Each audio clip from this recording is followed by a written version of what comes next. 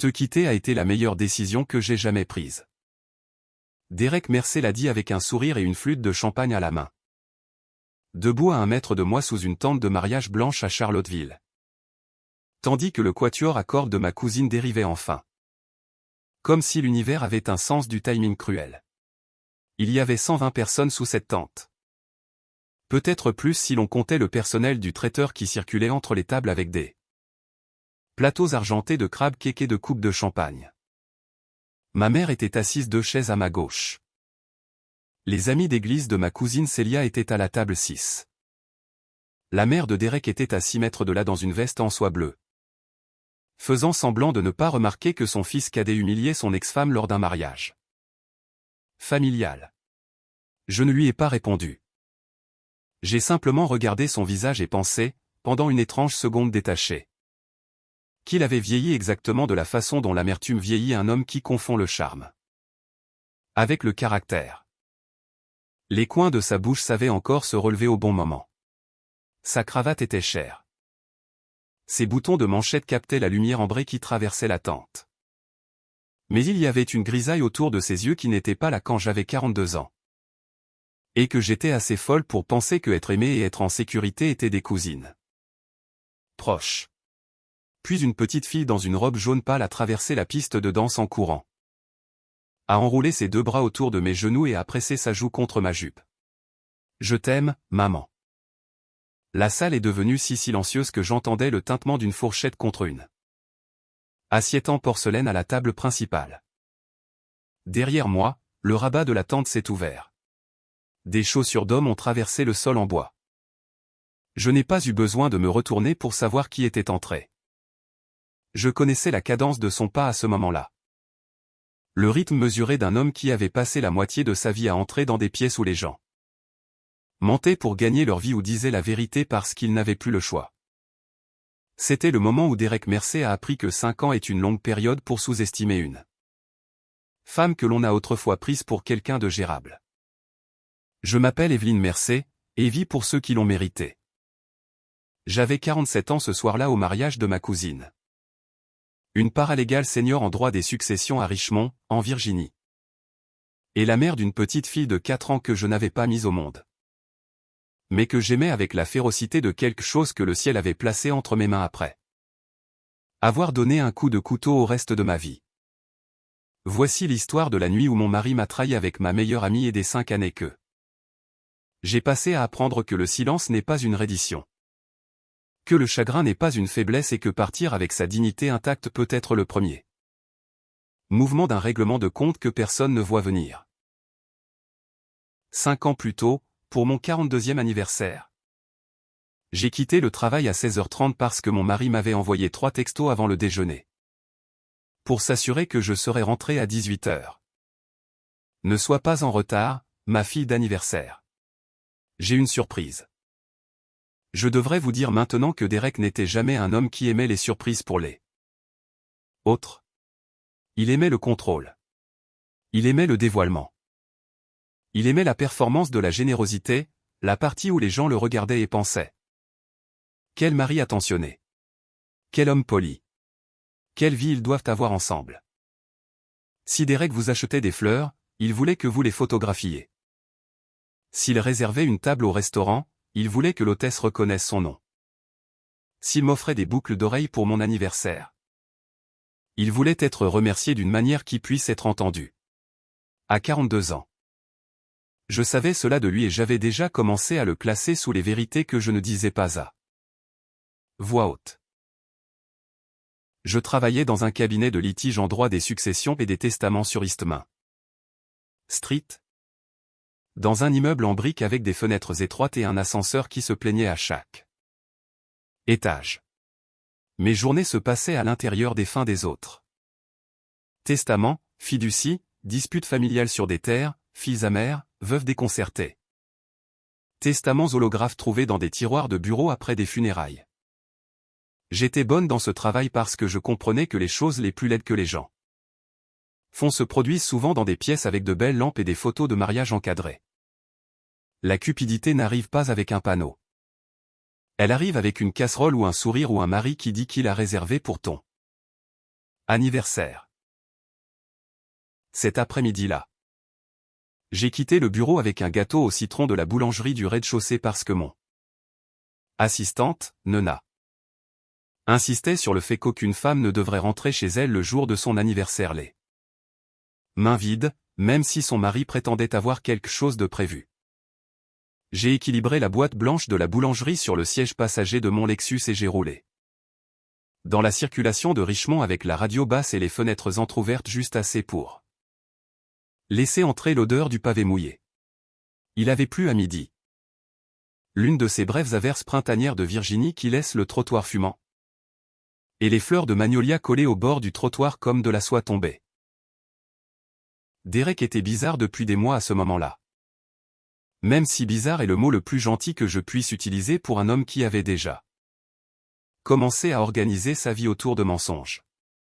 Il était dans la gestion de patrimoine à l'époque. Ou plutôt il aimait dire qu'il était dans la gestion de patrimoine. Ce que Derek faisait vraiment changeait tous les 6 mois selon le type de carte de visite qu'il avait commandé le plus récemment. Conseil en investissement, planification patrimoniale, consultation financière de boutique. Il portait des costumes marines. Serrait les bonnes mains et parlait en paragraphes polis de stratégie de portefeuille tout en oubliant de payer la facture de gaz. Il était le genre d'homme qui connaissait le langage de l'argent mieux qu'il ne connaissait la discipline nécessaire pour en conserver. Pourtant, pendant la majeure partie de notre mariage, j'avais confondu sa confiance avec la compétence. J'avais aussi confondu la loyauté de ma meilleure amie avec l'amour. Vanessa Cole faisait partie de ma vie depuis 15 ans à ce moment-là. Nous nous étions rencontrés quand j'avais 27 ans et que j'essayais encore de paraître plus âgé qu'eux. Mon visage dans des cabinets juridiques où chaque avocat senior appelait les femmes de moins de 30 ans, filles, peu importe le nombre de successions qu'elles tenaient discrètement. Vanessa était drôle d'une manière vive et imprudente qui rendait les pièces moins formelles. Elle avait des cheveux noirs épais, des mains rapides et l'habitude de terminer mes phrases comme si nous partagions le même sang. Elle travaillait dans l'administration de fiducie privée dans une banque régionale et connaissait plus d'argent ancien de Virginie que quiconque que j'avais rencontré qui n'en avait pas hérité. Nous prenions un brunch tous les 2 dimanches. Elle savait quel type de thé ma mère buvait quand elle avait une migraine. Elle avait une clé de ma maison. Elle s'était tenue à côté de moi dans notre cuisine et m'avait aidé à glacer le gâteau du 40e anniversaire de Derek tout en me disant que j'étais la seule personne qui la connaissait vraiment. Si vous m'aviez demandé à 42 ans qui ne me trahirait jamais, je vous aurais donné 2 noms sans hésiter. Au moment où j'ai tourné dans notre allée ce soir-là, la maison avait exactement l'apparence qu'elle devait avoir. Les lumières du porche étaient allumées. Les hortensias le long du chemin d'entrée commençaient à pousser des feuilles. La Mercedes de Derek était dans l'allée. À travers les fenêtres de la cuisine, je pouvais voir une lumière chaude et le scintillement faible de bougies. Pendant une stupide seconde, j'ai souri. J'ai porté le gâteau au citron dans une main et mon sac d'ordinateur portable dans l'autre. J'ai poussé la porte d'entrée avec ma hanche et j'ai appelé « Derek ». Pas de réponse. J'ai posé la boîte du gâteau sur la table du vestibule à côté du courrier et j'ai écouté. De la musique jouée quelque part à l'étage, quelque chose de doux et ancien. Nat King Cole, peut-être, trop bas pour être clairement distingué. Je sentais le steak saisi au beurre et le parfum cher et doux que Vanessa portait quand elle voulait se sentir invincible. Je suis resté très immobile. Les gens parlent de l'intuition comme si elle arrivait comme le tonnerre. La mienne ne l'a jamais fait. La mienne est plus silencieuse que cela. C'est le petit changement interne qui se produit quand la pièce n'a plus de sens et qu'une partie disciplinée de votre esprit commence à faire l'inventaire avant que votre cœur ne commence à vous mentir. Le parfum de Vanessa à 18h dans ma maison. J'ai monté les escaliers sans appeler à nouveau. Je me souviens d'avoir remarqué des choses absurdes. La 2e marche craquait encore du côté gauche. La lampe du couloir avait besoin d'une nouvelle ampoule. Quelqu'un avait laissé les mocassins de Derek à moitié poussés sous le banc devant notre chambre. La porte de la chambre était entr'ouverte de 8 cm. La lumière se déversait par l'interstice. Je l'ai poussé plus largement du bout des doigts. Vanessa était dans mon lit, portant la chemise blanche de mon mari et rien d'autre. Derek était torse nu. Assis contre la tête de lit avec une main sur sa cuisse et l'expression d'un homme qui avait été pris au milieu de quelque chose qu'il avait déjà décidé de justifier. Personne n'a crié. Personne n'a bondi. Personne n'a lancé une lampe. Le visage de Vanessa est devenu blanc en premier. Derek a dit mon nom de la façon dont les gens disent « Attends » juste avant de mentir. Evie. J'ai regardé le lit. Puis j'ai regardé la chaise près de la fenêtre où la robe noire de Vanessa était drapée soigneusement sur la coudoir. Mon bracelet en or, celui que ma mère m'avait donné pour mon 40e anniversaire, était enroulé autour de la sangle de son sac comme si elle l'avait enlevé distraitement après le dîner. Puis j'ai vu l'ordinateur portable. Il était ouvert du côté de Derek du lit, encore allumé, un document brillant dans la pièce tamisée. Au début, tout ce que j'ai enregistré était le format familier de la paperasse de fiducie. Colonne de distribution, note de compte, signature. Puis mes yeux ont capté l'entête. Hélène Mercé Family Trust. Hélène Mercé était la mère de Derek. Et sous le résumé du compte se trouvait une notation de transfert qui a fait que l'air dans mes poumons est devenu froid. J'ai dépassé le lit avant que l'un d'eux ne puisse m'arrêter et j'ai soulevé l'ordinateur portable. Avec les deux mains. Derek a bougé alors, trop tard. Evie, ne fais pas ça. J'ai levé une main sans le regarder. Ne parle pas. Ma voix ne ressemblait pas à la mienne. Elle sonnait plus plate, plus propre. Vanessa a tiré le drap sur sa poitrine. Ce n'est pas ce que ça a l'air. Je me suis tourné vers elle alors. Et si je vis jusqu'à 90 ans? Je n'oublierai jamais le culot qu'il lui a fallu pour dire cela en étant assise nue dans mon lit. Avec mon mari et mon bracelet sur son sac et le compte de fiducie de sa famille ouvert sur son ordinateur. Non, ai-je dit, c'est pire. La pièce est devenue silencieuse sauf pour le bourdonnement bas de la lampe de chevet. J'ai regardé à nouveau l'écran. Un transfert avait été signalé puis manuellement inversé. Il y avait des initiales dans le champ de notes qui n'étaient ni celles de Derek ni celles d'Hélène. Il y avait une date de 3 semaines plus tôt. Il y avait une référence à un sous-compte que je savais qu'Hélène avait établi pour des distributions caritatives après la mort du père de Derek. Et dans le coin inférieur se trouvait le filigrane du bureau de fiducie où travaillait Vanessa. Je n'avais pas besoin de plus de 10 secondes pour comprendre la forme de la chose. Pas toute l'histoire, pas encore, mais assez. Mon mari couchait avec ma meilleure amie. Ma meilleure amie avait accès à la paperasse de fiducie de sa mère. Et tous les deux étaient assis dans ma chambre avec la preuve de quelque chose de financier ouvert. Entre le soir de mon anniversaire? Comme s'ils étaient devenus assez négligents pour croire que je ne serais jamais la femme qui entrerait avant le dessert. J'ai fermé l'ordinateur portable. J'ai pris la robe de Vanessa sur la chaise et l'ai laissée tomber à ses pieds. Habille-toi, ai-je dit. Puis j'ai regardé Derek. D'ici le moment où je reviendrai chercher le reste de mes affaires. Je veux que tous les mots de passe de tous les comptes joints soient écrits et laissés sur le comptoir de la cuisine. Si $1 bouge ce soir, je le saurai. Il m'a regardé comme s'il ne m'avait jamais entendu parler auparavant. La vérité était que, peut-être, il ne l'avait pas fait. Je suis sorti de la chambre en portant son ordinateur portable. Mes clés de voiture et le gâteau au citron que j'avais ramené à la maison pour mon propre anniversaire. À minuit, je savais que mon mariage était terminé. À 1h du matin. Assise à la table de cuisine de ma mère avec l'ordinateur portable ouvert entre nous et un bloc-notes légal sous ma main.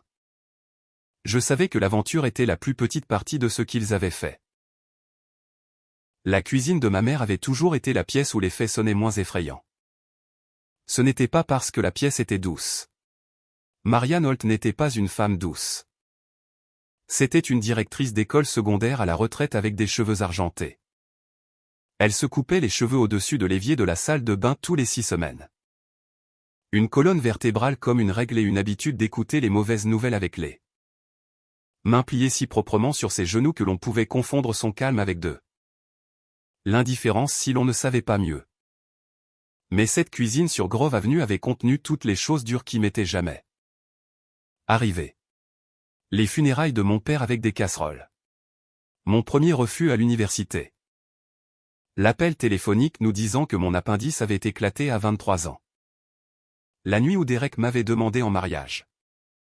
Le matin où je lui avais dit que je pensais que je faisais peut-être une erreur et puis l'avais épousé quand même 6 mois plus tard. C'était là que j'avais appris qu'une femme pouvait rester droite face à l'humiliation et garder quand même son cœur de devenir théâtral. À 1h du matin pour mon 42e anniversaire.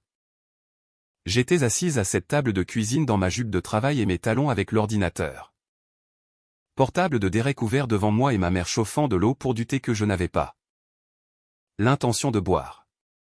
Elle a posé la bouilloire, a regardé une fois mon visage, puis l'écran. Et a posé la seule question utile. Que as-tu vu en plus de l'évident? C'était pourquoi j'étais allé chez elle au lieu d'une amie. Une amie aurait pu dire, oh mon Dieu, Evie, ou, comment ont-ils pu? Ou, veux-tu que je vienne rayer sa voiture? Ma mère n'avait pas de patience pour les réactions qui gaspillaient de l'énergie avant que les faits n'aient été arrangés. J'ai tourné l'ordinateur portable vers elle et j'ai pointé le journal des transferts. C'est le sous-compte caritatif d'Hélène. Derek ne devrait pas y avoir accès. Pas directement.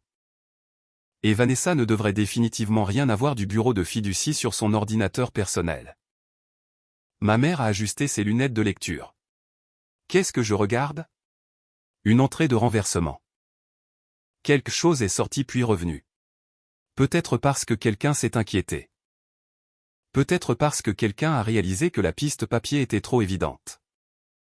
Je me suis penché plus près de l'écran. Tu vois cette notation? Elle fait référence à une approbation de décaissement intérimaire. Hélène n'autoriserait jamais cela sans copier-gramme. Elle ne commande même pas de paillis pour son jardin sans copier-gramme. Ma mère a hoché la tête une fois.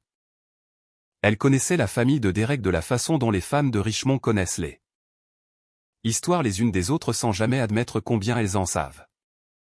Elle avait rencontré Hélène Mercer lors de déjeuners caritatifs et de collecte de fonds à l'église. Elle connaissait Graham Mercer de réputation, le frère aîné, le sérieux. L'avocat aux yeux prudents et au dossier impeccable. Elle connaissait Derek de la façon dont les mères connaissent les gendres qu'elles n'ont jamais entièrement fait confiance grâce au petit inventaire des choses qui ne s'additionnent pas au fil des années. Paiement de taxes tardif, explication vague, le genre de charme qui se produit trop fort. Peux-tu prouver ce que cela signifie? A-t-elle demandé. Pas ce soir. Peux-tu prouver ce que cela pourrait signifier? Cela m'a fait lever les yeux. Ma mère était debout au comptoir, une main reposant à côté de la bouilloire. Encore dans la robe de chambre en coton bleu qu'elle portait après 21h tous les soirs. Peu importe le temps ou la compagnie.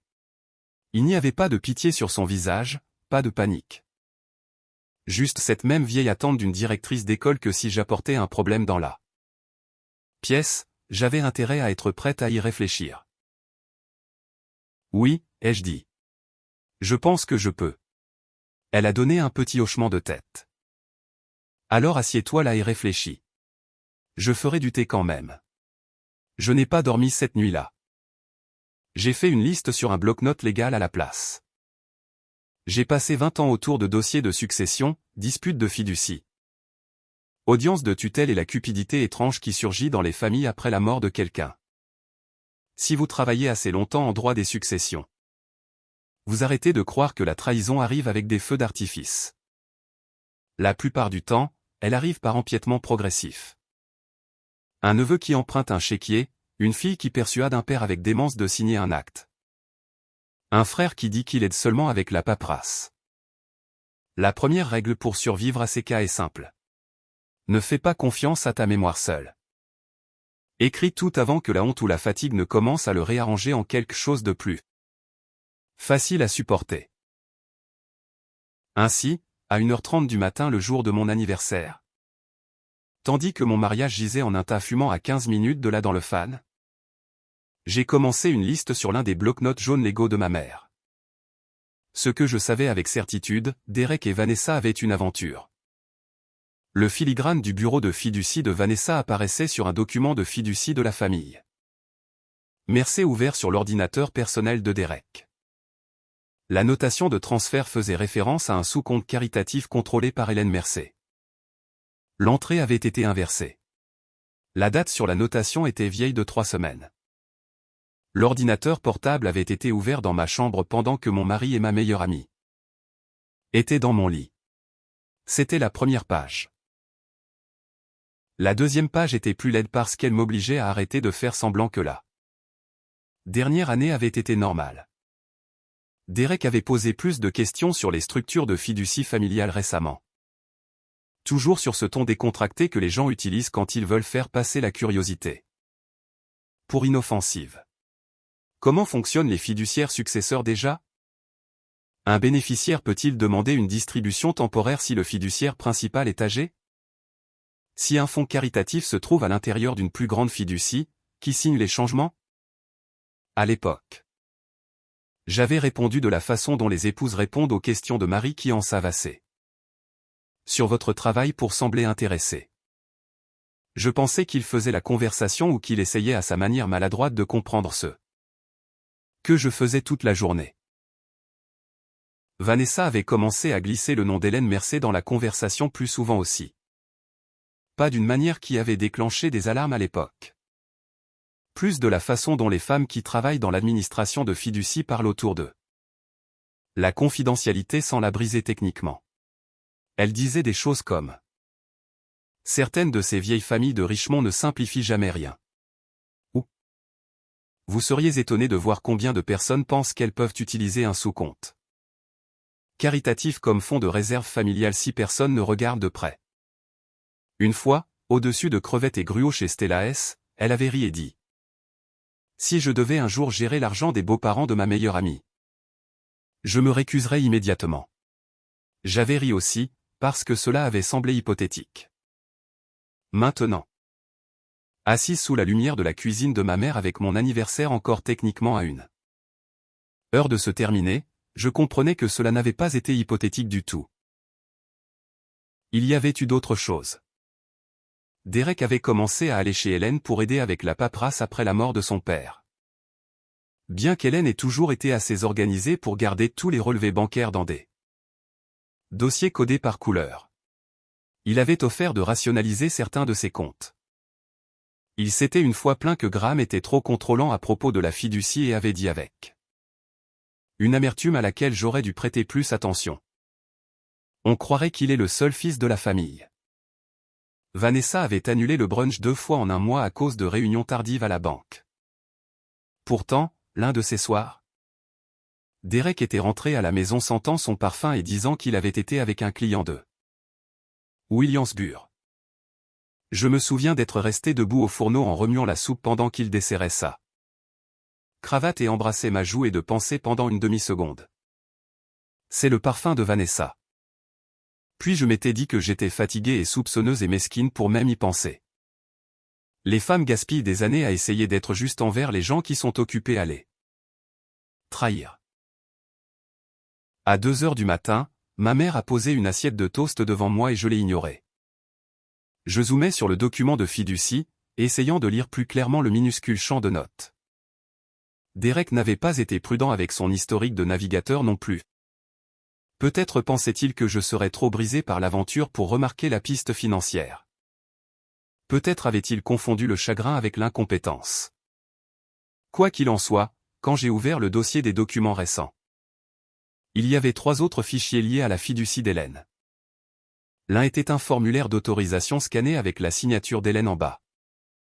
L'un était un tableur listant les soldes des sous-comptes.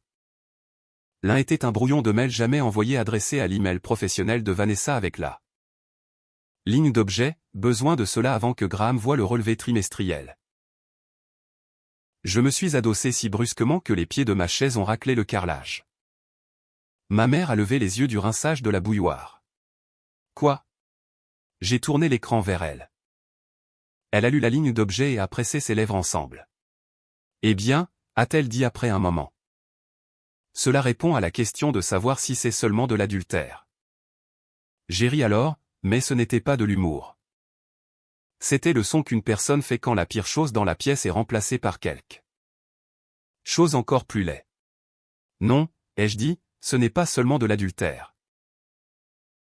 Nous avons travaillé jusqu'à 3h30. Par nous, je veux dire que j'ai cliqué.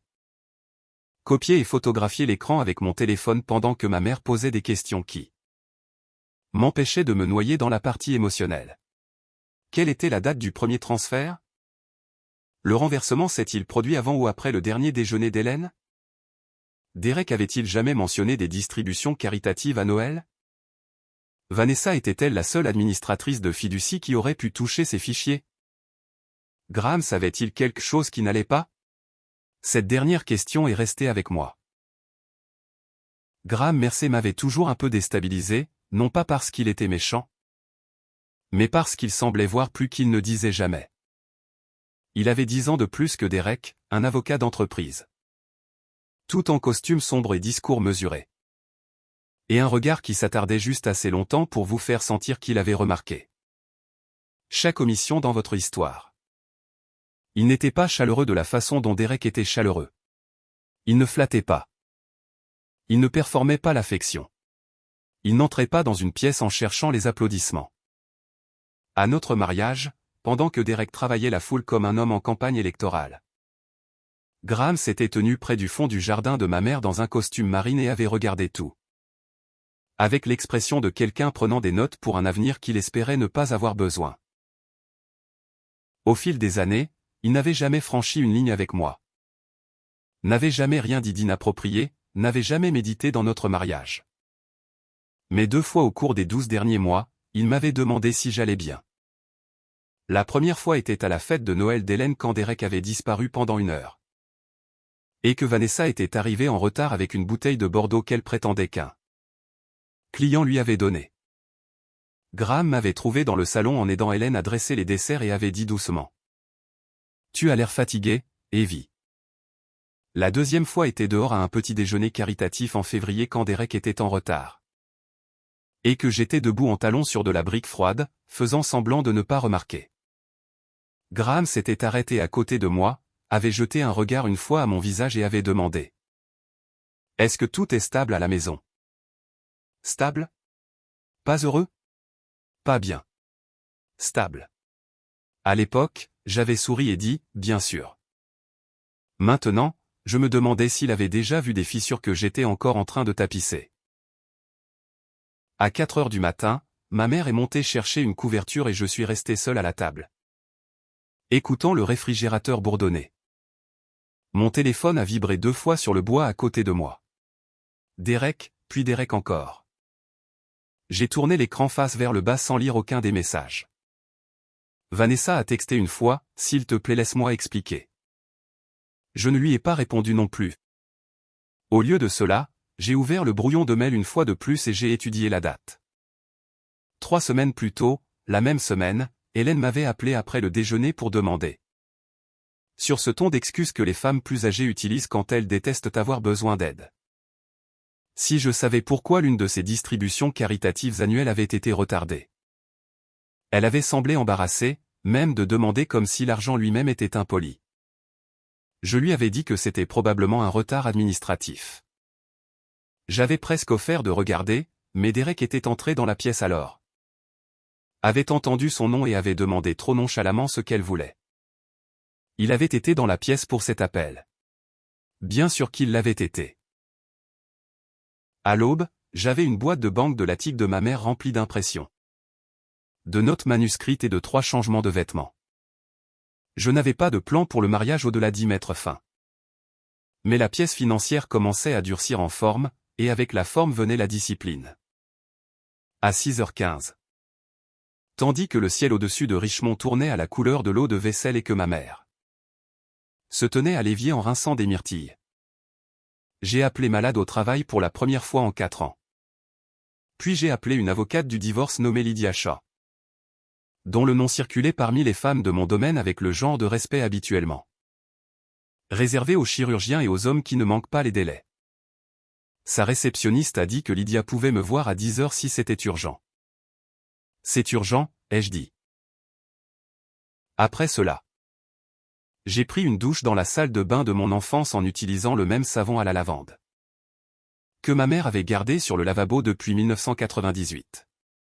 J'ai mis un pantalon marine, un chemisier crème et les clous d'oreilles en perles que je portais au dépôt au tribunal quand j'avais besoin de me sentir composé. Puis je me suis assise sur le bord du lit d'invité avec mon téléphone à la main et j'ai fixé le nom de Graham Mercer dans mes contacts pendant une minute entière. Je ne l'ai pas appelé. Pas encore. Mais en conduisant vers le bureau de Lydia Shaw avec l'ordinateur portable de Derek bouclé sur le siège passager à côté de moi et le premier bloc-notes légal de ma nouvelle vie glissé dans mon sac. Je savais une chose avec une clarté absolue. Si Derek n'avait fait que tromper, je l'aurais divorcé et enterré dans le silence.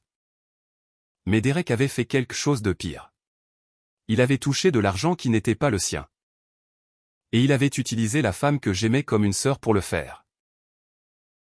Le bureau de Lydia Shaw occupait le 2e étage d'une maison en rangée convertie sur Franklin Street, le genre de vieux bâtiment de Richmond qui avait encore des escaliers étroits, des cheminées d'origine et des fenêtres trop hautes pour des stores modernes.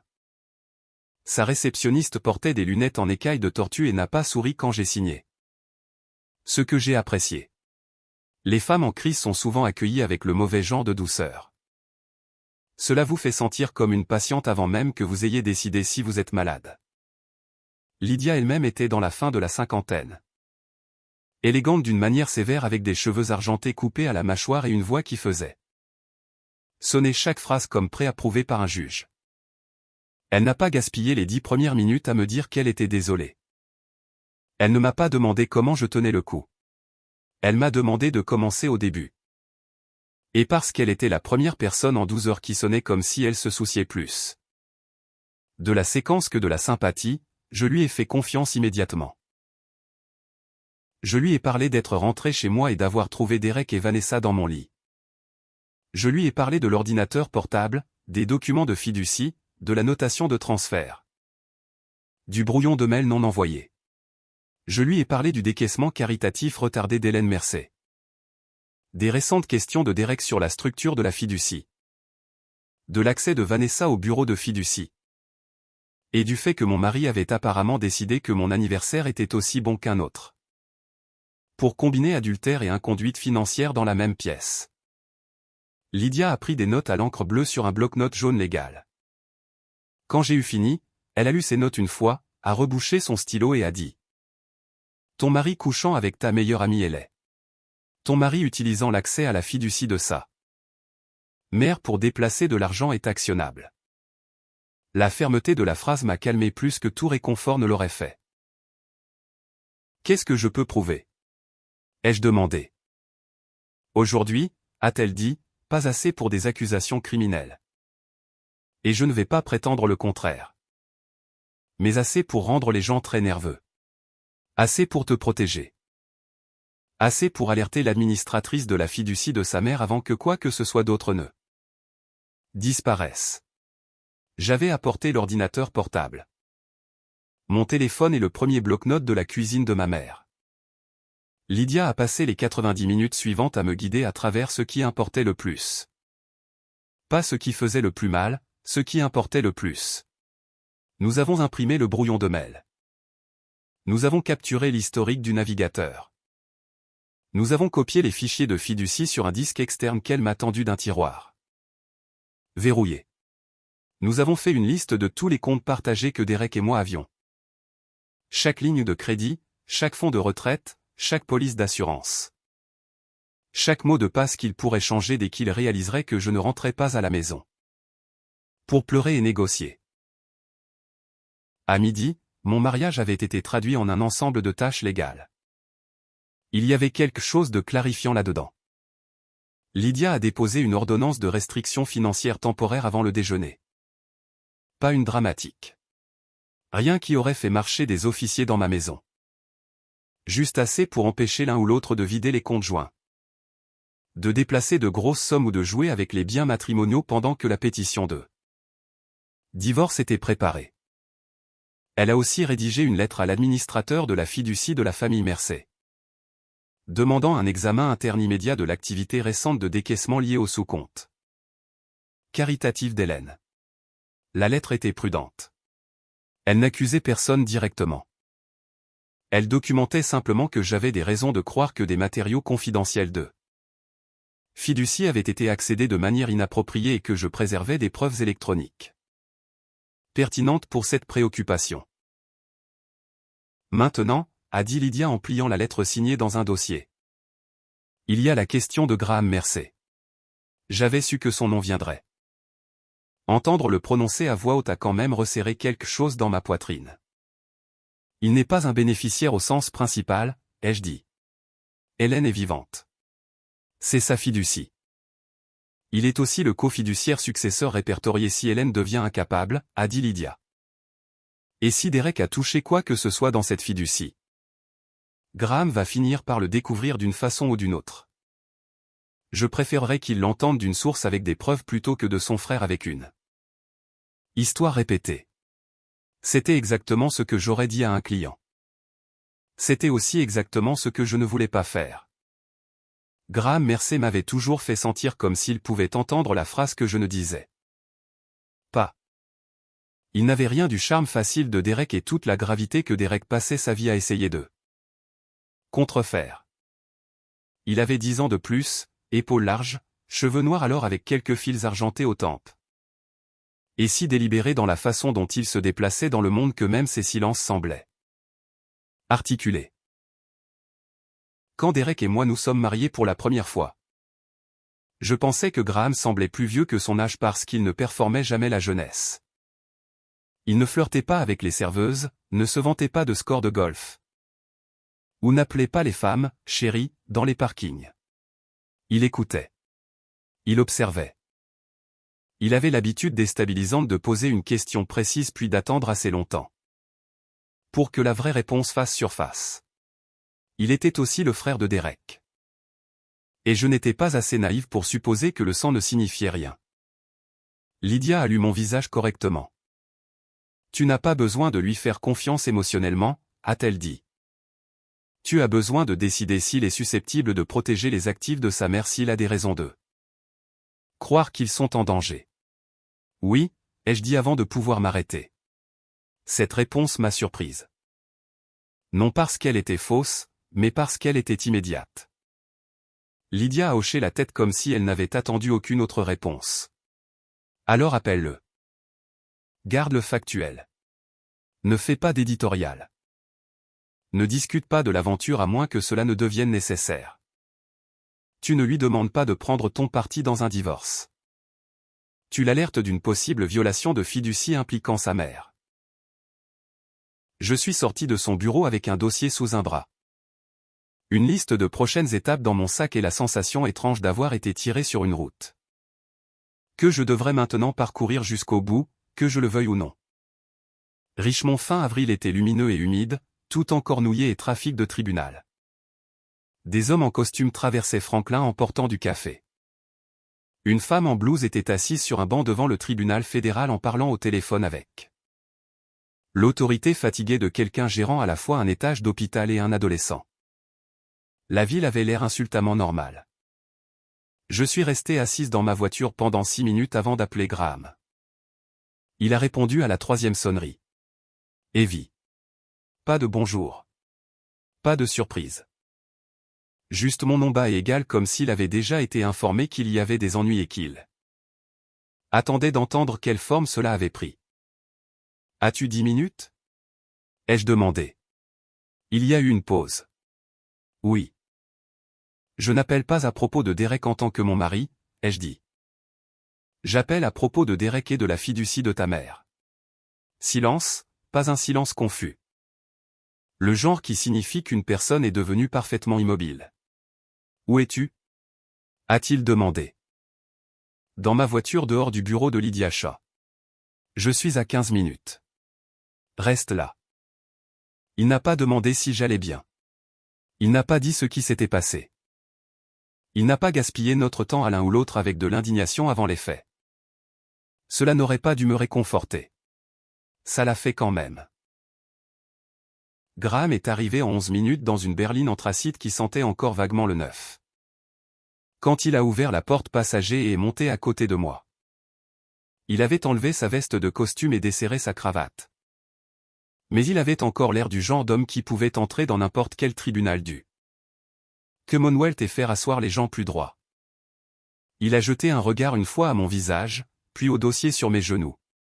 Qu'a-t-il fait? A-t-il demandé. Je lui ai tendu les impressions au lieu de répondre. Il a lu en silence. J'ai regardé ses yeux se déplacer sur les pages, la notation de transfert, le brouillon de mail. Le résumé du compte. Il n'a pas réagi extérieurement jusqu'à ce qu'il atteigne la ligne d'objet sur le message non envoyé. À Vanessa, besoin de cela avant que Graham voie le relevé trimestriel. Alors quelque chose de dur a traversé son visage et a disparu si vite que j'aurais pu l'imaginer si. Je n'avais pas passé les 15 dernières heures à étudier les gens pour les points de fracture. Quand as-tu trouvé cela? A-t-il demandé. La nuit dernière. Étaient-ils ensemble? Oui. Il a hoché la tête une fois comme s'il classait cela sous tragique mais secondaire. Hélène a-t-elle été informée? Non. Lydia veut alerter l'administrateur de la fiducie en premier pour qu'il y ait un dossier avant que Derek ne puisse tourner quoi que ce soit. Bien. Il a remis les papiers en ordre avec un soin méticuleux. C'est le bon mouvement.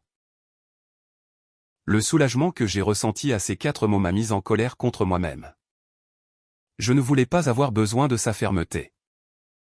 Je ne voulais pas être assise dans une voiture garée avec le frère de mon mari et me sentir reconnaissante parce qu'un homme dans la famille Mercé savait encore comment se comporter quand une femme lui tendait des preuves de trahison. Graham m'a regardé alors directement et pour la première fois depuis que j'étais entré dans ma chambre la nuit précédente. J'ai senti le poids complet d'une autre personne comprenant l'échelle de ce qui s'était passé. Je suis désolé, a-t-il dit. Ce n'était pas une large excuse. Pas le genre inutile que les gens offrent quand ils veulent être inclus dans votre chagrin. C'était exact. Il s'excusait pour Derek, pour la fiducie.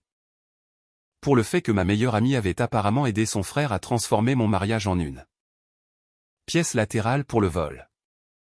Merci, ai-je dit, parce qu'il n'y avait rien d'autre à faire avec une phrase sincère. Il a plié ses mains sur les impressions. Je soupçonne depuis des mois que Derek posait des questions qu'il n'avait aucune raison légitime de poser. Je ne savais pas combien d'accès il avait déjà obtenu. J'aurais dû pousser plus fort. Je l'ai regardé. Tu savais? Je savais qu'il tournait autour de l'argent de ma mère, a-t-il dit. Je ne savais pas qu'il s'était approché assez pour y toucher. Cela aurait dû m'effrayer plus que cela ne l'a fait. Au lieu de cela, cela a fait que la dernière année se réarrange dans mon esprit. Les étranges questions de Graham à Noël. Le petit déjeuner en février quand il m'avait demandé si les choses étaient stables à la maison.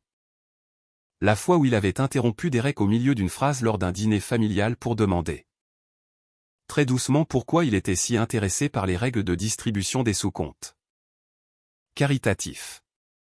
Il avait vu quelque chose. Peut-être pas tout, mais assez. Que se passe-t-il maintenant? Ai-je demandé. Maintenant, a-t-il dit, tu laisses Lydia faire exactement ce pourquoi tu l'as engagée. J'appellerai moi-même l'administrateur de la fiducie après l'envoi de ta lettre.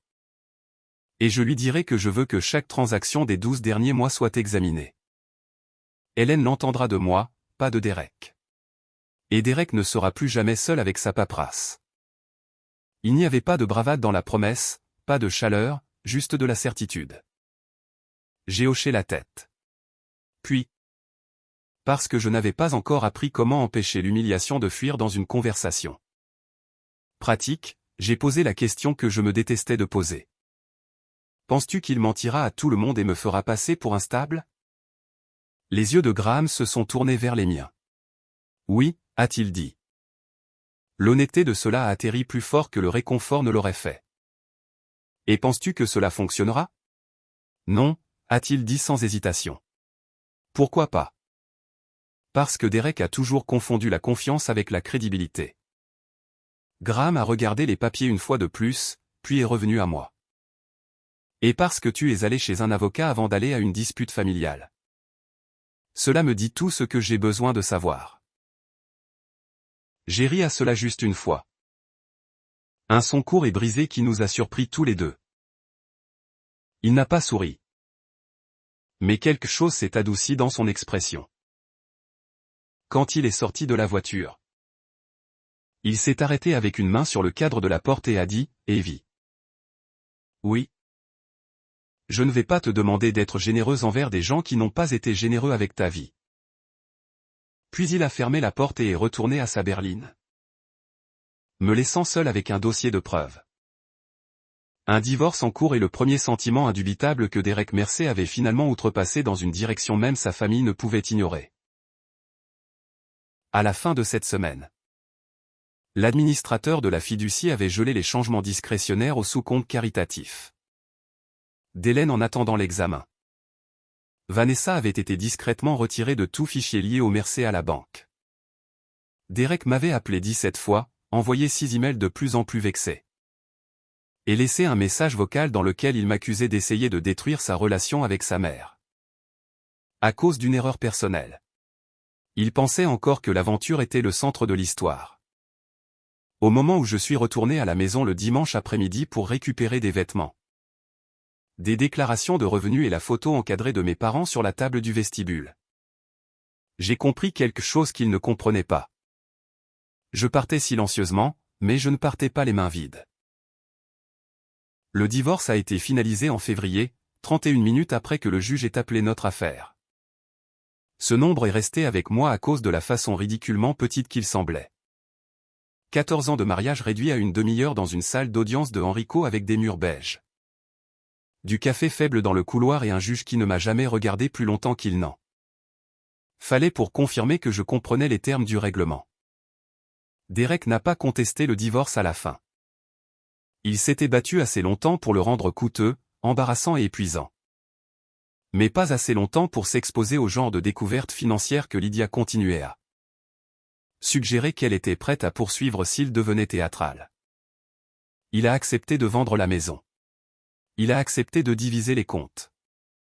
Il a accepté de me laisser garder la bague de ma grand-mère et la table à manger que ma mère nous avait achetée quand nous nous sommes mariés.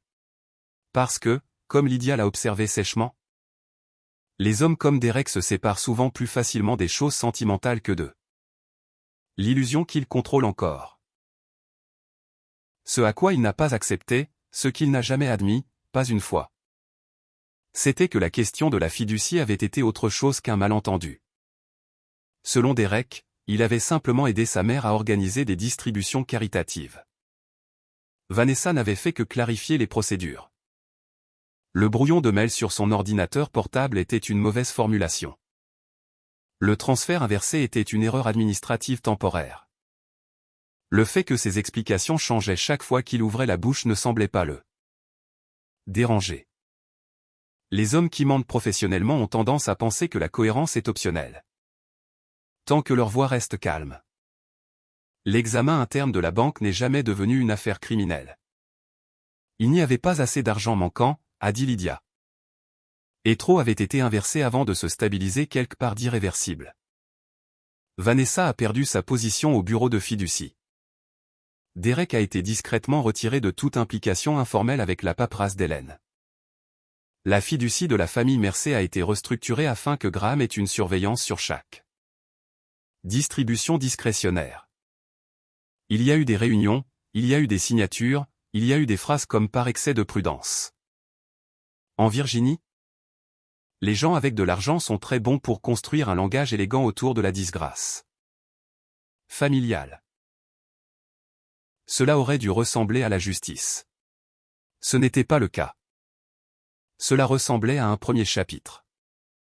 J'ai emménagé dans une étroite maison de ville en briques sur Floyd Avenue avec des escaliers qui craquaient.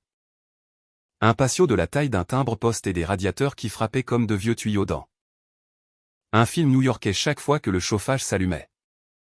C'était assez petit pour que le silence ne puisse pas s'y cacher. La chambre donnait sur une rangée de sycomores. La cuisine avait des comptoirs en bois de boucher et une fenêtre au-dessus de l'évier. Où la lumière du matin frappait le robinet assez fort pour faire paraître toute la pièce plus propre. Que je ne me sentais. J'ai acheté 2 nouvelles serviettes. Une cafetière et un plant de basilic que j'ai presque tué en 6 semaines parce que le chagrin et l'arrosage excessif sont des cousins proches. Je suis retourné au travail. C'était la première chose qui m'a sauvé. Le droit des successions n'est pas glamour. Mais c'est un excellent médicament contre l'apitoiement sur soi parce que quelqu'un a toujours une pire semaine que vous, et ils ont encore besoin que l'acte soit déposé avant 4 heures. J'ai rédigé des pétitions. J'ai organisé des pièces à conviction. Je me suis assise en face de femmes dont les frères avaient falsifié leur nom. De fils qui avaient vidé les comptes de père mourant. De filles qui avaient découvert trop tard que prendre soin et hériter n'était pas le même genre de loyauté. Je n'ai pas dit à mes clients que mon mari m'avait trompé avec ma meilleure amie tout en écumant les bords de la fiducie de sa mère. Mais chaque fois qu'une femme s'asseyait en face de moi avec ce regard stupéfait particulier. Celui qui dit, je savais que quelque chose n'allait pas. Mais je ne savais pas que c'était à ce point. Je savais exactement comment lui tendre un bloc-notes légal et lui dire où commencer. Pendant la première année après le divorce.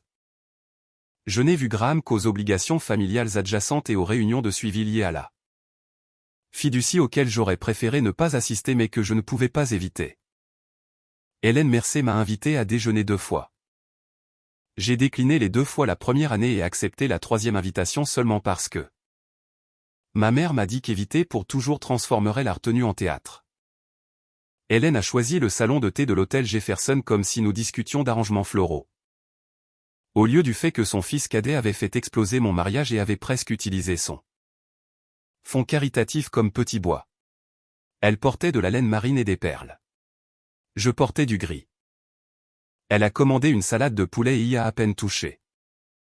J'ai eu honte de te demander de venir ici, a-t-elle dit après le départ du serveur. Alors pourquoi l'as-tu fait?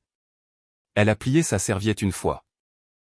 Parce que j'ai besoin de te dire quelque chose que ma génération dit souvent trop tard. J'ai attendu. Je voulais très fort croire que Derek était simplement faible, a-t-elle dit. La faiblesse est plus facile à pardonner que l'appétit. C'était l'une des seules choses honnêtes qu'elle m'ait jamais dites. Je ne lui ai pas pardonné ce jour-là. Mais je l'ai respectée pour avoir nommé la vérité sans essayer de l'adoucir. Nous avons terminé le déjeuner comme 2 femmes qui s'étaient autrefois attendues à être famillées. Essayez maintenant de décider ce qui restait après que la déception ait enlevé les parties. Commode. Quand elle m'a serré dans ses bras pour me dire au revoir dans le hall de l'hôtel. Elle sentait le Chanel et le vieux chagrin. Graham dit que tu as acheté une plante d'intérieur, a-t-elle dit doucement. Un plant de basilic. Est-il vivant? À peine. Pour la première fois en des mois, j'ai presque souri. Graham n'a pas fait d'intrusion dans ma vie après le divorce. Cela importait plus que n'importe quel grand geste n'aurait pu le faire. Il n'a pas appelé sous prétexte de vérifier comment j'allais. Il n'est pas arrivé avec des casseroles ou des fleurs ou la chaleur dangereuse d'un homme qui pense qu'une femme blessée est plus facile à impressionner. Il s'est comporté comme les hommes décents se comportent quand ils comprennent que le timing peut transformer la gentillesse en pression. Si nous nous croisions chez Hélène ou lors d'une réunion familiale. Il demandait comment allait ma mère. Si le travail était encore impossible pendant la saison des impôts, si le basilic avait survécu. Une fois dans la file chez Stella S un samedi matin. Il a acheté mon café parce que le lecteur de cartes était en panne et que je n'avais que mon téléphone. Il m'a tendu la tasse et a dit. Tu peux me rembourser en empêchant Hélène de signer quoi que ce soit que mon frère met devant elle. C'était Graham. Sec, là où Derek était brillant. Utile, là où Derek était ornemental. La 2e année après le divorce, sa femme est tombée malade. Claire Mercier avait été l'une de ces femmes qui rendaient chaque pièce plus civilisée simplement en y entrant. Elle illustrait des livres pour enfants, portait du cachemire en hiver et du lin en été. Et ne m'a jamais posé une question grossière sur les enfants. Même si à 44 ans j'avais entendu toutes les variations de. Alors la maternité n'était jamais dans les cartes pour toi. Claire et Graham s'étaient mariés tard selon les normes de Richmond et avaient eu leur fille Lucy. Après des années d'essais. Quand Claire a été diagnostiquée avec une leucémie aiguë, Lucy n'avait pas encore 3 ans. J'ai appris le diagnostic par ma mère, qui l'avait appris par Hélène, qui semblait stupéfaite de la façon dont seules les mères d'hommes adultes peuvent sembler. Stupéfaite quand la maladie arrive dans une maison qu'elle ne contrôle plus. Claire est morte 9 mois plus tard au début du printemps. Je suis allé à la cérémonie commémorative parce que ne pas y aller aurait été cruel. Et parce que malgré tout ce qui s'était passé entre moi et la famille Mercey. Claire s'était une fois assise à côté de moi lors d'une collecte de fonds et avait tranquillement déplacé la carte de place d'un homme qui continuait à toucher mon bras chaque fois qu'il riait. Là, avait-elle murmuré après avoir échangé les places avec moi. C'est mieux. Les femmes se souviennent de qui remarque l'inconfort sans qu'on le leur demande. La chapelle à Charlotteville était pleine de fleurs blanches et de gens parlant trop doucement. Graham se tenait près de l'avant avec Lucy dans ses bras, son visage si immobile qu'il m'a effrayé. Hélène était assise au premier rang, tenant un mouchoir dans les 2 mains comme si c'était une tâche qu'elle avait l'intention de terminer. J'avais prévu de rester seulement assez longtemps pour présenter mes respects et partir. Au lieu de cela, après la cérémonie, je me suis retrouvé dans la salle paroissiale, à genoux à côté d'une petite fille en chaussures vernis noirs qui essayait de décoller l'emballage d'une barre de granola avec la concentration féroce des personnes récemment endeuillées. « Tu veux de l'aide ?» ai-je demandé. Elle a levé les yeux vers moi avec les yeux sombres de sa mère et a hoché la tête une fois. C'était ma première vraie conversation avec Lucy Mercey. Elle a duré peut-être 30 secondes. J'ai ouvert la barre de granola. Elle a dit « merci ».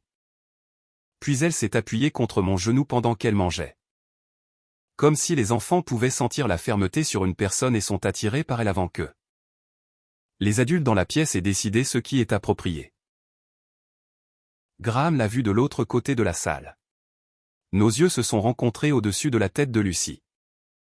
Il y avait de l'épuisement sur son visage et de la gratitude et quelque chose d'autre que j'ai refusé de nommer parce que le nommer aurait exigé que j'imagine un avenir pour lequel je n'étais pas prête à imaginer. 1 mois plus tard, Hélène a appelé et a demandé si je pouvais m'asseoir avec Lucy pendant 2 heures un samedi pendant que Graham rencontrait l'avocat des successions de Claire et essayait de trier la paperasse d'assurance. Je sais que ce n'est pas ta responsabilité, a-t-elle dit avant que je puisse répondre. Et je ne demanderai pas si j'avais une autre option qui semblait gentille. J'ai presque dit non, non pas parce que je ne voulais pas aider, mais parce que je comprenais trop bien comment les femmes deviennent utiles aux familles qui les ont autrefois échoué. Puis j'ai imaginé Lucy dans ses chaussures vernies avec la barre de granola et j'ai dit oui. Le premier samedi, Lucy a colorié à ma table de cuisine pendant que je faisais un grillé cheese et une soupe à la tomate. Elle avait 3 ans et demi alors. Solennelle de la façon dont certains enfants deviennent après une perte. Encline à observer une pièce avant de lui faire confiance. Elle m'appelait Mademoiselle Evie. Elle aimait mieux les crayons jaunes. Elle coupait la croûte de son sandwich et l'alignait à côté de l'assiette comme si elle gardait des preuves. Quand Graham est venu la chercher, il se tenait dans mon entrée avec un sac à couches sur une épaule et des dossiers légaux sous un bras et avait l'air plus fatigué qu'aucun homme ne devrait être autorisé à paraître dans un costume.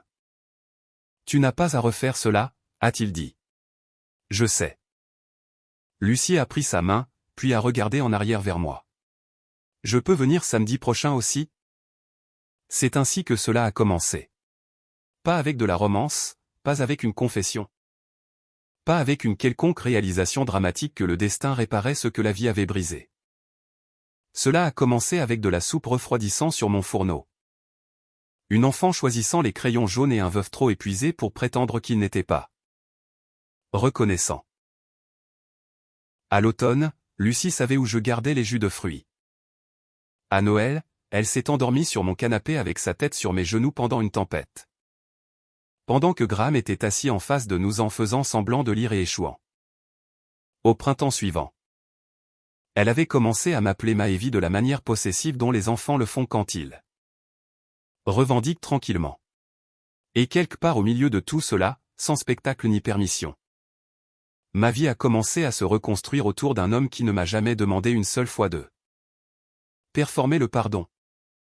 Et d'une petite fille qui n'avait aucune idée qu'elle m'apprenait à vouloir un avenir à nouveau. Puis, un jeudi fin septembre, 4 ans et quelques après que j'étais entré sur Derek et Vanessa, j'ai reçu un message vocal d'un numéro que j'avais supprimé mais jamais vraiment oublié. Evie, c'est Vanessa. J'étais assise à mon bureau au travail en révisant un inventaire comptable quand j'ai entendu ça. Voix. Je n'ai pas arrêté de respirer. Je ne me suis pas figé. Cela m'a surprise plus que le message lui-même.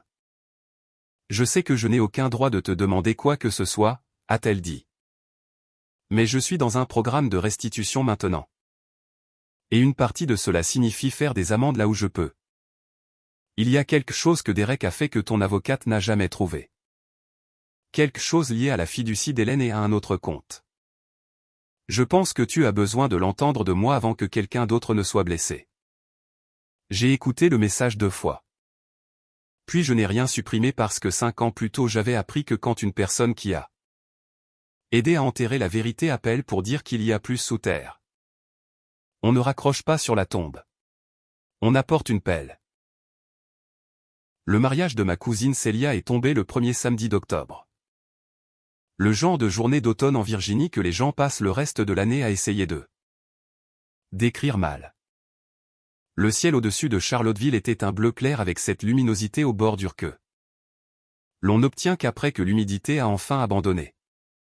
Le vignoble était sur une élévation en dehors de la ville, des rangées de vignes dorant au bord. La Blue Ridge se découpait au loin comme du papier plié. Des chaises blanches avaient été installées sur la pelouse pour la cérémonie.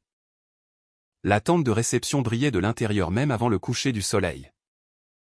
Tout en tissu crème et lustré guirlande de lumière chaude qui faisait que tout le monde paraissait légèrement plus indulgent qu'il ne l'était vraiment.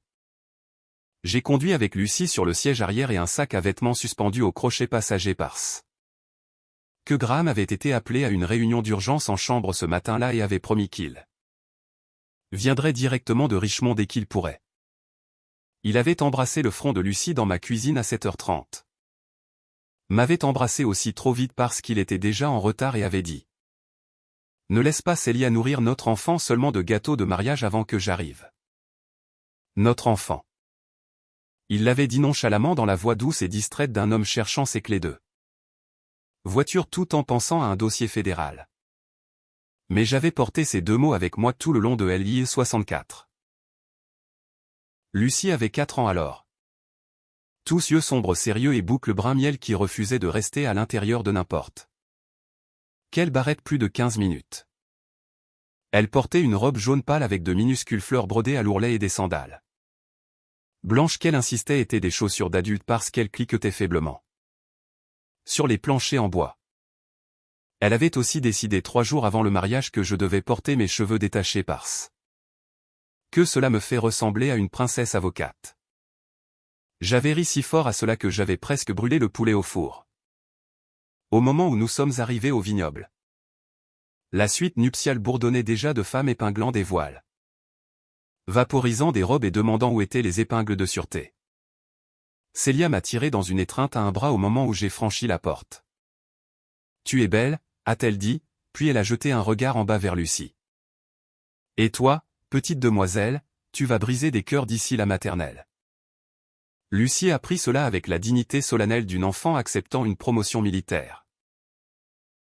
Célia était la fille de la sœur de ma mère, 6 ans plus jeune que moi. Et d'une manière ou d'une autre à la fois plus pratique et plus romantique que quiconque ne devrait être autorisée à devenir dans la même vie. Elle travaillait dans la collecte de fonds événementiels pour l'université.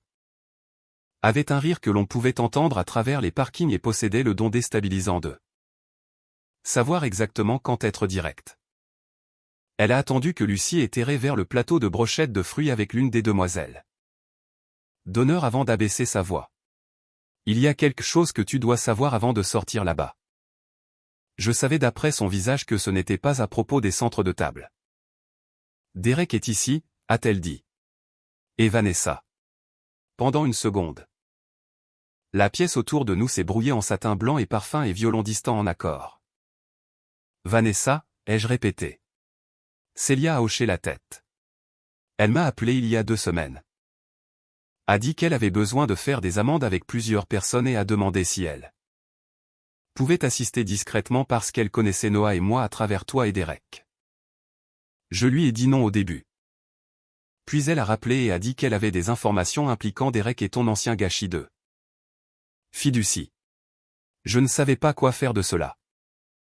Alors je lui ai dit qu'elle pouvait venir à la réception seulement, pas à la cérémonie. Et seulement si elle restait loin de toi, à moins que tu ne sois d'accord autrement. Je l'ai fixée. Elle a aussi dit qu'elle voulait 10 minutes avec toi en privé, a ajouté Célia. Je lui ai dit, absolument pas, à moins que tu ne l'inities. J'ai laissé échapper un souffle lent. Merci. Elle avait l'air mal, Evie. Pas glamour mal. La vie la rongeait mal. Cela ne m'a pas ému de la façon dont cela aurait pu autrefois. Cela a seulement fait que la journée semblait plus précocement équilibrée. Et Derek. La bouche de Célia s'est resserrée. Derek a été invité parce que Noah le voit encore occasionnellement à travers des contacts professionnels et parce qu'Hélène a demandé si l'exclure créerait une plus grande scène familiale que de l'inclure. J'ai dit, oui, probablement. Je ne suis pas fier de cette réponse. Noah c'est pour moi et Graham. Il en sait assez pour garder la bouche fermée et agir normalement. J'ai hoché la tête. Seul un petit cercle savait la pleine forme de ma vie à ce moment-là. Ma mère savait. Célia savait. Hélène savait. Quelques amis proches savaient. Graham et moi étions fiancés depuis 3 mois. Mais nous avions choisi de ne pas faire d'annonce large encore parce que Lucie s'installait encore. Dans le langage de nous. Elle avait commencé à m'appeler maman en privé environ 6 semaines plus tôt après un cauchemar. Et nous avions laissé le nom venir quand il venait plutôt que d'en faire une cérémonie. Les enfants n'ont pas besoin que les adultes fassent des discours sur l'amour avant de savoir où est la maison. La cérémonie elle-même est passée dans un flot de vœux. Vent d'octobre et Lucie murmurant des questions à mon oreille sur si les filles d'honneur étaient payées. J'étais debout au 2e rang avec sa main dans la mienne et j'ai regardé Célia épouser un homme gentil de Lexington qui la regardait comme s'il avait été soulagé plutôt qu'ébloui de la trouver. J'aimais cela. L'éblouissement est temporaire. Le soulagement peut construire une vie.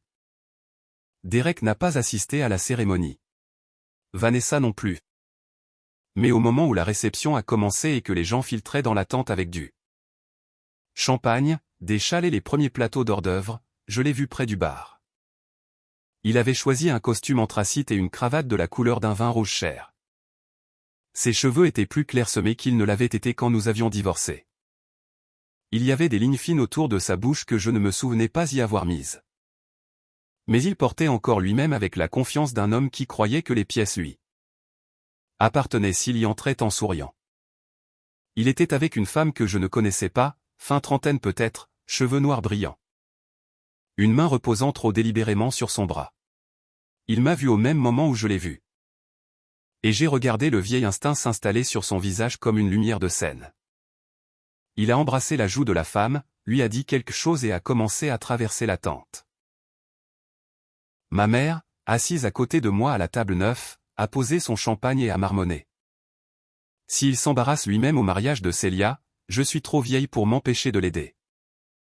S'il te plaît ne te fais pas arrêter en soi, ai-je dit à voix basse. Elle a reniflé. Pas de promesse. Derek a atteint notre table avec l'aisance fluide d'un homme approchant un ancien public.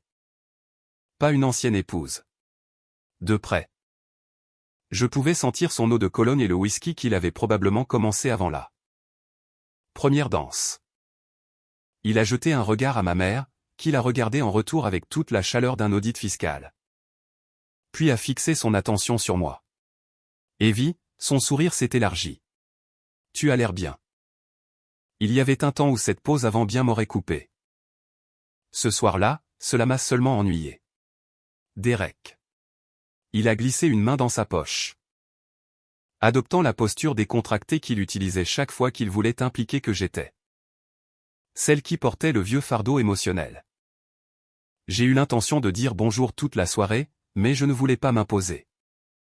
Tu t'imposes maintenant. Cela aurait dû l'avertir. Au lieu de cela, cela l'a aiguisé. J'ai entendu que tu passes beaucoup de temps avec ma famille, a-t-il dit légèrement. Ma mère a fait un petit son dégoûté et a tendu la main vers son verre d'eau. Je suis ici pour Célia, ai-je dit. Bien sûr. Son regard a balayé la tente, puis est revenu sur moi. La vie est drôle, n'est-ce pas? Il y a 5 ans, je pensais que te quitter serait un désastre. Il s'avère que c'était la meilleure décision que j'ai jamais prise. Voilà. La ligne délivrée assez doucement pour que seule notre table et celle d'à côté puissent entendre. Mais assez clairement pour atterrir. C'était la cruauté classique de Derek calibrée pour des témoins. Ma mère s'est tournée vers lui si brusquement que les pieds de sa chaise ont raclé le sol. J'ai touché son poignet sous la table avant qu'elle ne puisse se lever. J'ai regardé Derek et j'ai vu tout à coup toute la vieille machinerie de lui. Le besoin de gagner les pièces. L'incapacité à laisser une femme simplement blessée quand il pouvait essayer de l'humilier. Publiquement. La conviction enfantine que s'il frappait en premier, il contrôlait l'histoire. J'ai ouvert la bouche pour lui dire de partir. Je n'en ai jamais eu la chance. Maman. Lucie est sortie en volant du coin des activités pour enfants au bord de la piste de danse. Jupe jaune rebondissant autour de ses genoux, boucle à moitié tombée de leur ruban. Elle s'est jetée contre moi si fort que ma chaise a bougé. A enroulé ses 2 bras autour de ma taille et a pressé sa joue contre mon côté. Je t'aime? A-t-elle annoncé à plein volume parce que les enfants ne comprennent pas le timing stratégique. Et merci mon Dieu pour cela. Mademoiselle June m'a donné 2 cookies, et je n'en ai mangé qu'un parce que je garde l'autre pour papa. Le silence autour de nous a été immédiat et absolu. Le visage de Derek a changé en premier. Pas beaucoup, juste assez. Ses yeux sont tombés sur Lucie, puis se sont levés vers moi. Puis sont revenus sur Lucie avec le genre d'horreur naissante qui ne vient que quand la vanité d'un homme entre en collision avec une arithmétique qu'il ne s'attendait pas à faire en public. Il savait que Lucie était trop vieille pour être la sienne. Il savait que je n'avais jamais eu d'enfant avec lui. Il savait aussi que l'enfant devant lui venait juste de m'appeler maman dans une pièce pleine de merci. Evie, a-t-il dit, et pour la première fois de la soirée. Il n'y avait pas de performance dans sa voix. Qui est-ce? Lucie, inconsciente qu'elle faisait exploser une mine terrestre. A plongé la main dans la poche de ma robe et a récupéré la serviette de cocktail pliée qu'Ellie avait cachée plus tôt. C'est pour papa, a-t-elle dit avec importance. Le rabat de la tente s'est ouvert derrière moi. J'ai entendu le pas avant de me tourner. La foulée calme et mesurée que j'étais venu à connaître sur les couloirs d'hôpital. Les corridors de tribunal et ma propre cuisine à 7 heures du matin quand il traversait pour verser du café avant que Lucie ne se réveille. Graham est entré dans la tente dans un costume sombre avec sa cravate desserrée et sa veste déboutonnée, le crépuscule d'octobre dans son dos. Il avait l'air fatigué de la façon dont seuls les bonshommes avec trop sur les épaules ont l'air. Fatigué, contenu, droit, le portant quand même. Son regard a trouvé Lucie en premier, puis moi, puis Derek. Lucie s'est tordue dans mes bras et a poussé un cri perçant. Papa. Graham a traversé le sol, s'est penché et l'a ramassé avec l'aisance exercée d'un homme qui l'avait fait 1000 fois. Elle a planté la serviette de cocktail sur son épaule comme une médaille. Il a embrassé ses cheveux. Puis m'a regardé avec cette petite douceur privée que j'avais autrefois pensé appartenir seulement aux contes de fées et aux veuves qui leur avaient survécu. Tu as survécu à l'heure du cocktail, a-t-il dit. À peine, ai-je dit. Sa main s'est posée au dos de ma chaise. La bague à ma main gauche a capté la lumière. Derek l'a vue. Il a vu la bague, l'enfant. La façon dont Lucie tendait la main vers moi, même équilibrée sur la hanche de Graham. La façon dont le corps de Graham s'était incliné vers le mien sans penser. Comme si cet espace à côté de lui m'appartenait déjà. Il a vu en un instant impitoyable que la femme qu'il avait essayé d'humilier au mariage de ses anciens beaux-parents n'était pas seule, pas brisée et ne se tenait plus au bord de sa famille. Elle était dedans. Qu'est-ce que c'est que ça? a-t-il dit. Personne ne lui a répondu. Pas immédiatement. Et puis du côté éloigné de la tente, une voix de femme a coupé à travers le silence. Non, Derek. Vanessa Cole a dit, la meilleure question est ce que tu as fait. Vanessa se tenait près du bord éloigné de la tente dans une robe bleue ardoise qui avait probablement été élégante quand elle l'avait achetée et qui pendait maintenant sur elle comme un compromis. Elle avait perdu du poids de la manière vive et sans joie dont les gens le font quand la vie les a poncés pendant des années. Ses cheveux. Autrefois le genre de brillance sombre que les femmes dans les salons de Richmond montrent dans les magazines, était épinglé en arrière trop serré. Il y avait des ombres sous ses yeux que j'ai reconnues, non par sympathie, mais par le miroir de mes propres pires mois. Le regard de quelqu'un qui n'avait pas dormi parce que la conscience et les conséquences avaient enfin commencé à partager un lit. Chaque tête dans la tente s'est tournée vers elle. Derek avait encore cette expression à moitié figée d'un homme essayant de décider quel désastre adresser en premier.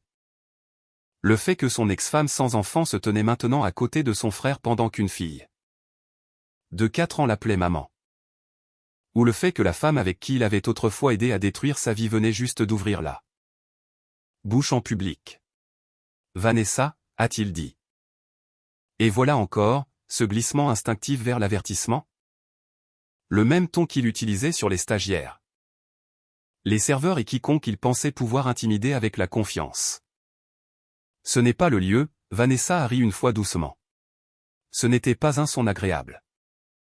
Non, a-t-elle dit. C'est exactement le lieu. Tu as toujours aimé un public.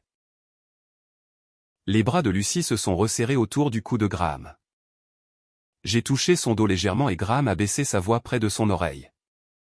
Pourquoi ne portes-tu pas ce cookie à grand-mère Hélène pour moi? A-t-il murmuré. Puis mademoiselle June peut te montrer la table des desserts. Lucie a regardé de son visage au mien, sentant assez de tension pour savoir que quelque chose d'adulte se passait, mais pas assez pour le comprendre. J'ai embrassé sa tempe et hoché la tête. Vas-y, ma chérie. Graham l'a posée. Elle a trotté vers Hélène, serrant le cookie enveloppé dans la serviette. Et j'ai regardé jusqu'à ce qu'elle atteigne la table de mon ancienne belle-mère avant de me permettre de me retourner. Vanessa a avancé plus loin dans l'espace ouvert entre les tables. Le groupe s'était arrêté au milieu de la transition. Quelque part derrière le bar, une bouteille a cogné doucement contre du verre. La mariée et le marié s'étaient figés près de la table des amoureux. La main de Célia encore enroulée autour du poignet de Noah. Personne n'a bougé pour arrêter Vanessa. Personne, je pense, ne savait comment. Je ne suis pas ici pour ruiner le mariage de Célia, a dit Vanessa.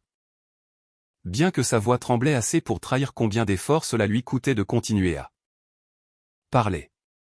Je suis ici parce qu'il y a 5 ans, j'ai aidé à ruiner la vie de quelqu'un d'autre. Et puis j'ai passé ces mêmes 5 années à aider Derek à prétendre qu'il était juste malchanceux au lieu d'être malhonnête. Derek a fait un pas vers elle.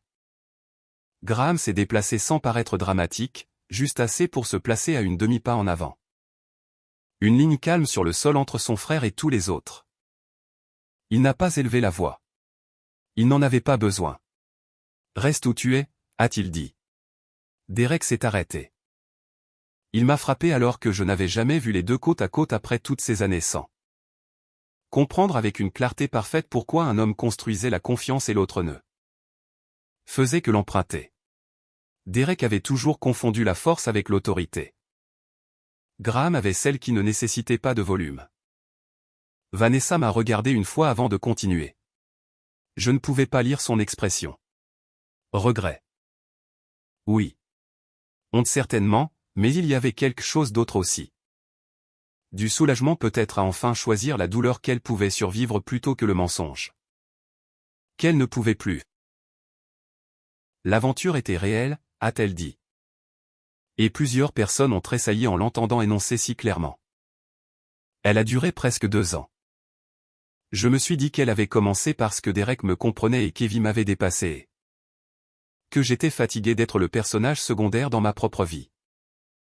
C'étaient les histoires que j'utilisais pour m'empêcher d'admettre la vérité, qui était plus laide Derek voulait l'accès, et je voulais être choisi. C'est une combinaison dangereuse. Ma mère était assise parfaitement immobile à côté de moi. Célia était devenue pâle. Hélène Mercier avait une main sur les cheveux de Lucie et l'autre pressée contre sa propre gorge. Vanessa avalait. Je travaillais dans l'administration de fiducie. J'avais accès aux structures de fichiers, aux notes de compte et au routage interne. Je n'étais pas censé partager quoi que ce soit, évidemment, et au début je ne l'ai pas fait. Puis Derek a commencé à poser des questions sur le sous-compte caritatif d'Hélène Mercier.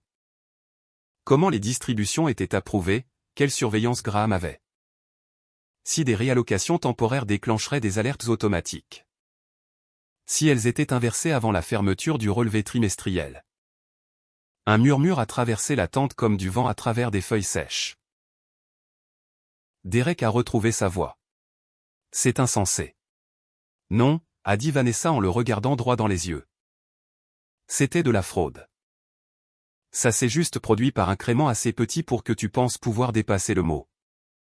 Elle a plongé la main dans son sac et en a sorti une mince enveloppe blanche et une clé USB sur un porte-clés. Sa main tremblait visiblement. Après qu'Evie nous ait trouvés, Derek a paniqué et a inversé le premier transfert.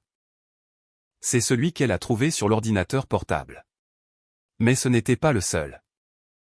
Ce n'était même pas le pire. Les yeux de Vanessa se sont tournés vers moi. Il y avait un autre compte lié à travers un fonds conseillé par donateur que le mari d'Hélène avait établi il y a des années. Derek a utilisé les informations que je lui ai données pour déplacer de l'argent temporairement à travers un compte latéral connecté à l'une de ses entités commerciales. Il m'a dit que c'était un pont, qu'il allait le remplacer avant que quiconque ne voie le relevé. Que personne ne perdrait rien si je l'aidais juste une fois de plus. Mon estomac est devenu froid. Lydia avait soupçonné qu'il y avait plus. J'avais soupçonné qu'il y avait plus. Mais le soupçon et entendre la forme à voix haute sont des choses différentes. À voix haute, cela a acquis du poids. À voix haute, cela est devenu une pièce pleine de témoins. Combien ? A demandé Graham. Vanessa l'a regardé. Assez pour que si le marché avait chuté au mauvais moment ou qu'un paiement avait été retardé. Hélène l'aurait remarqué. Assez pour que si Derek n'avait pas eu de la chance 2 fois. Cela serait devenu criminel il y a 5 ans. Chanceux, a claqué Derek. Tu étais celle avec l'accès. Vanessa lui a donné un regard si dépouillé d'affection qu'il a presque fait reculer un pas. Et voilà, a-t-elle dit doucement. C'est ce qu'il a toujours fait. Il trouvait la faim dans les gens et la nourrissait juste assez pour les rendre utiles. Puis au moment où quelque chose craquait, il leur tendait la facture. Elle s'est retournée vers la pièce. Je suis dans un programme de restitution maintenant parce que ce que j'ai fait m'a coûté mon travail, ma licence et presque toutes les relations qui me restaient. J'ai travaillé avec un conseiller en éthique et un comptable judiciaire. Une partie de faire des amendes signifiait tirer tous les dossiers que j'avais encore le droit légal de fournir par l'intermédiaire d'un avocat. Ceci. Elle a levé l'enveloppe. Elle contient des copies de journaux de notes internes et de dossiers de transactions du deuxième compte que Derek a utilisé. La clé USB contient les mêmes fichiers. Plus un message vocal qu'il m'a laissé après qu'Evie ait déposé pour le divorce. Me disant de garder l'histoire droite et me rappelant que si Hélène croyait qu'Evie avait touché la paperasse en premier, personne ne regarderait de trop près chez lui. Pendant une seconde suspendue, personne n'a respiré. Puis j'ai entendu ma propre voix avant de la sentir complètement. Il a dit à Hélène que je pourrais avoir touché sa fiducie. Vanessa m'a regardé et a hoché la tête, son visage se pliant avec quelque chose proche du chagrin. Oui. C'était une chose étrange la façon dont cette douleur a atterri. Pas plus fort que l'aventure. Pas même plus tranchant, juste plus profond. Cela s'est glissé sous l'ancienne blessure et a trouvé l'endroit où vit la dignité. Tous ces mois où la voix d'Hélène était devenue froide au téléphone. Toutes les invitations qui n'étaient jamais venues. Le déjeuner où elle avait semblé honteuse mais ne voulait pas dire pourquoi. Derek avait laissé sa propre mère me soupçonner parce que le soupçon était un bouclier moins cher que l'honnêteté. Hélène a fait un son alors, une petite inhalation blessée, et a couvert sa bouche. Il a dit que si elle pensait que tu étais trop proche de la paperasse à cause de ton travail. A continué Vanessa, cela expliquerait pourquoi tu avais réagi de manière excessive. Il a dit que les gens croiraient que tu étais embarrassée et vindicative après l'aventure et que si je gardais le silence, toute l'affaire se réglerait. Le visage de Derek était devenu de la couleur du vieux papier. Tu fais ça parce que tu es fauché, a-t-il dit à Vanessa. Mais la force était sortie de lui. Tu as besoin de quelqu'un à blâmer. Non, a-t-elle dit. Je fais ça parce que pendant 5 ans, je me suis réveillé chaque matin en sachant que la meilleure personne de ma vie avait été celle que j'ai choisi de trahir. Et que le pire homme que j'ai jamais rencontré m'avait convaincu qu'être aimé par lui valait la peine de devenir quelqu'un que je ne pouvais pas supporter. La tente était silencieuse sauf pour le faible cliquetis de la toile dans le vent du soir. Lydia Shaw est sortie d'une table près du fond, où, à mon étonnement, elle avait apparemment été assise pendant la majeure partie de la réception avec un verre de vin blanc et la patience d'une femme qui savait exactement quand son entrée compterait. Célia, j'ai réalisé, devait l'avoir invitée au moment où Vanessa avait appelé. Puis-je ? A demandé Lydia à Vanessa en tendant une main vers l'enveloppe et la clé USB. Vanessa les a données. Lydia a ouvert l'enveloppe, a scanné la page du haut et a levé les yeux vers Graham. C'est assez pour rouvrir le côté financier correctement, a-t-elle dit.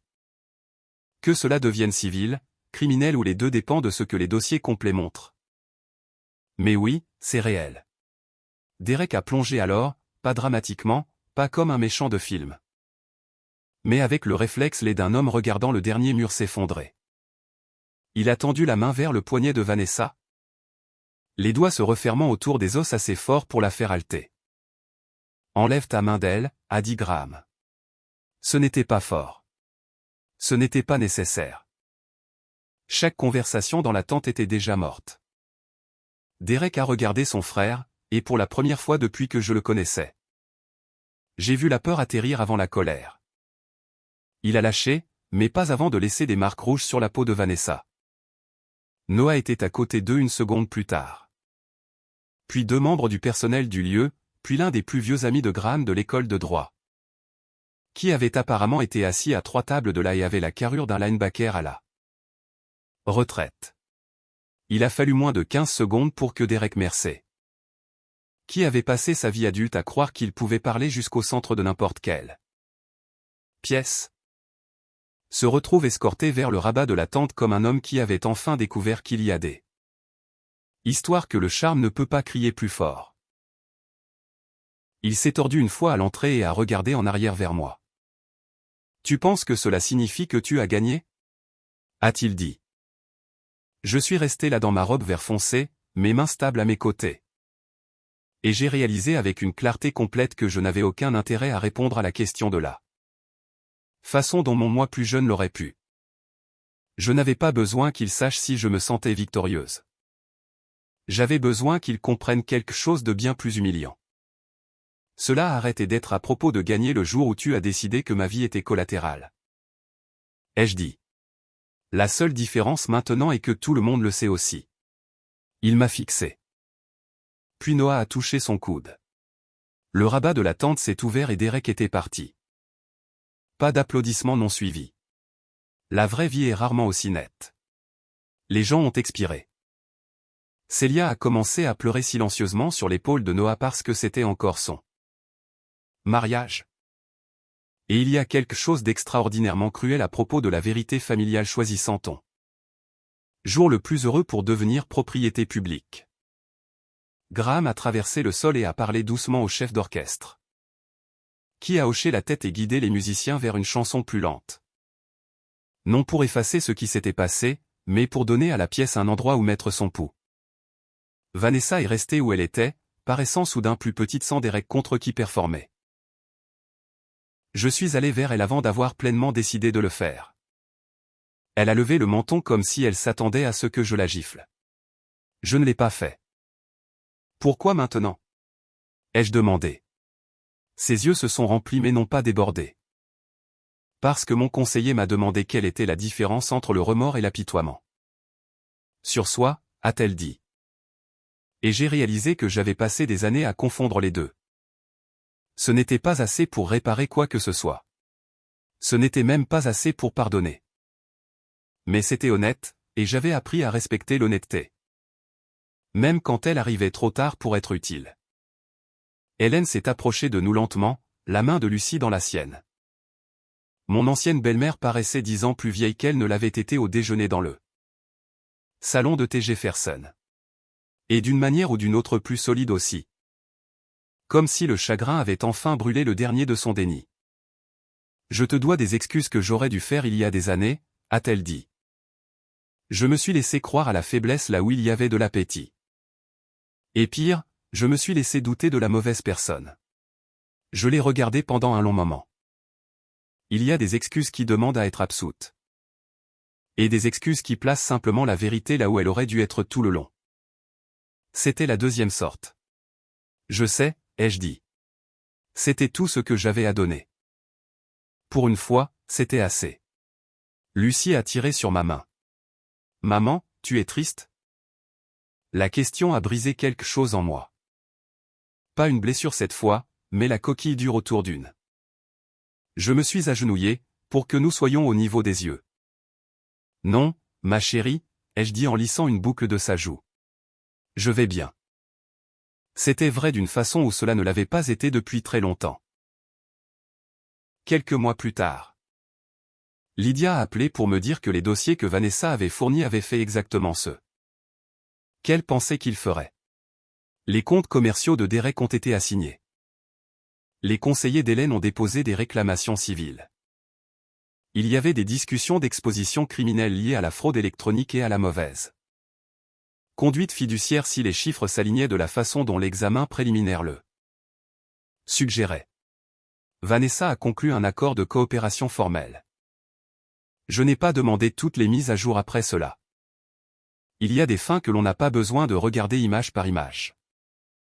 Une fois que la vérité a enfin choisi son camp. J'ai épousé Graham lors d'une petite cérémonie le printemps suivant dans le jardin de ma mère sous l'arbre de cornouiller où mon père avait autrefois accroché une balançoire de Porsche. Lucie a dispersé des pétales avec la concentration solennelle d'une enfant accomplissant un travail sacré. Célia a pleuré avant même que les vœux ne commencent. Hélène a apporté des barres au citron et n'a pas mentionné l'attente du mariage une seule fois. À l'été, ma maison de ville a été vendue. J'ai emménagé dans la maison de Graham en dehors de Richmond. Où Lucie avait déjà décidé que mon côté de l'armoire avait besoin de plus d'étagères et où le plan de basilic, contre toute attente, a survécu à la transition. La vie n'est pas devenue parfaite après cela. Les familles le font rarement. Lucie avait encore des nuits où elle manquait Claire si fort qu'elle pleurait dans ma chemise jusqu'à ce qu'elle soit humide au col. Graham portait encore le chagrin dans des endroits calmes. J'avais encore des matins où une vieille chanson ou un salon de thé d'hôtel ou l'odeur du parfum de Vanessa sur un étranger dans une épicerie pouvait me prendre par surprise. Mais la douleur a arrêté d'être le centre de l'histoire. Un soir, presque un an après le mariage de Célia. Je me tenais au fourneau en faisant un grillé cheese pendant que Lucie était assise au comptoir en coloriant une princesse avec un marteau de juge. Sa dernière théorie artistique sur la profession de mon mari.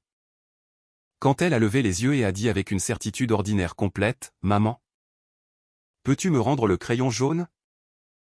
Juste comme ça, sans fanfare, sans larmes, sans discours de jalon. Je le lui ai tendu et ai dit. Seulement si tu promets de ne pas colorier sur les dossiers de tribunal de papa. Elle a souri. Pas de promesse. Du cadre de porte. Graham a ri. Parfois les gens me demandent. Habituellement après avoir entendu une version de l'histoire à travers le réseau familial. Si voir Derek humilié à ce mariage a semblé satisfaisant. La réponse honnête est oui, mais pas pour les raisons qu'ils attendent. Ce n'était pas satisfaisant parce qu'il a souffert. C'était satisfaisant parce que la pièce a enfin vu ce que j'avais porté seul. Parce que le mensonge dans lequel on m'avait autrefois demandé de vivre ne pouvait plus survivre à la lumière du jour. Parce que 5 ans après que Derek m'avait regardé dans les yeux et m'avait dit que me quitter était la meilleure décision qu'il ait jamais prise. Il avait dû se tenir au milieu d'une vie que j'avais reconstruite sans lui et regarder chaque chose importante me choisir quand même. Si vous avez déjà dû partir silencieusement pendant que quelqu'un de plus bruyant réécrivait l'histoire, j'espère que vous vous souvenez de ceci. Le silence n'est pas une reddition. Le temps n'est pas une défaite. Et la vérité a une façon patiente de trouver la pièce où elle appartient. Si cette histoire est restée avec vous, j'aimerais avoir de vos nouvelles. Dites-moi dans les commentaires d'où vous écoutez ou si vous avez déjà dû reconstruire après que quelqu'un a pensé qu'il vous avait brisé pour de bon. Nous partageons des histoires comme celle-ci tous les jours. Des histoires sur la trahison, les deuxièmes chances. La famille est le genre de force qui ne semble pas toujours dramatique de l'extérieur. Alors, si vous en voulez plus, abonnez-vous et restez avec nous. Il y a beaucoup de voyages qu'il reste à faire.